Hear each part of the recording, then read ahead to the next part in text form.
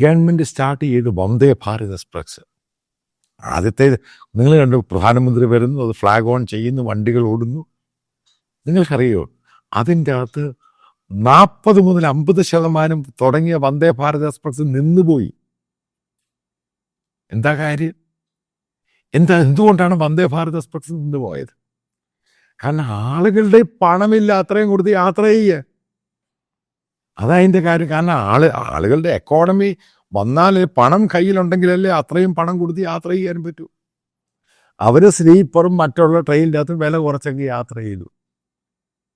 എന്തുകൊണ്ടാണ് ഈ വന്ദേ ഭാരത് എക്സ്പ്രസ് പലയിടത്തും മാറ്റി മാറ്റി ഓടിച്ച് അവസാനം പലയിടത്തും കാലിയായിട്ട് കിടക്കും?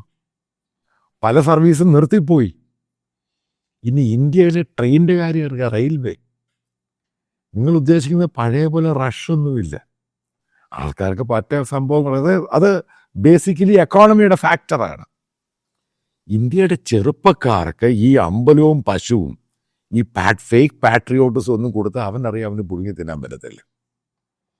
അവന് പ്രതീക്ഷയെന്ന് പറയുന്നത് അവന് മുന്നോട്ട് പോകണം. അതാണ് അവൻ്റെ പ്രതീക്ഷ. അവന് ജോലി കിട്ടണം. അവനീ ലോകം മുഴുവനും കാണുന്നുണ്ട്. എന്താണ് മറ്റുള്ള ലോകത്ത് നടക്കുന്നത്? എന്താണ് ഇവിടെ തള്ളുന്ന തള്ള? ഇവിടെ ഈ പറയുന്ന അമ്പലങ്ങൾ വെച്ച് തള്ളുന്നു, ഗ്യാൻവാപ്പി വെച്ച് തള്ളുന്നു, മധുര ടെമ്പിൾ വെച്ച് തള്ളുന്നു.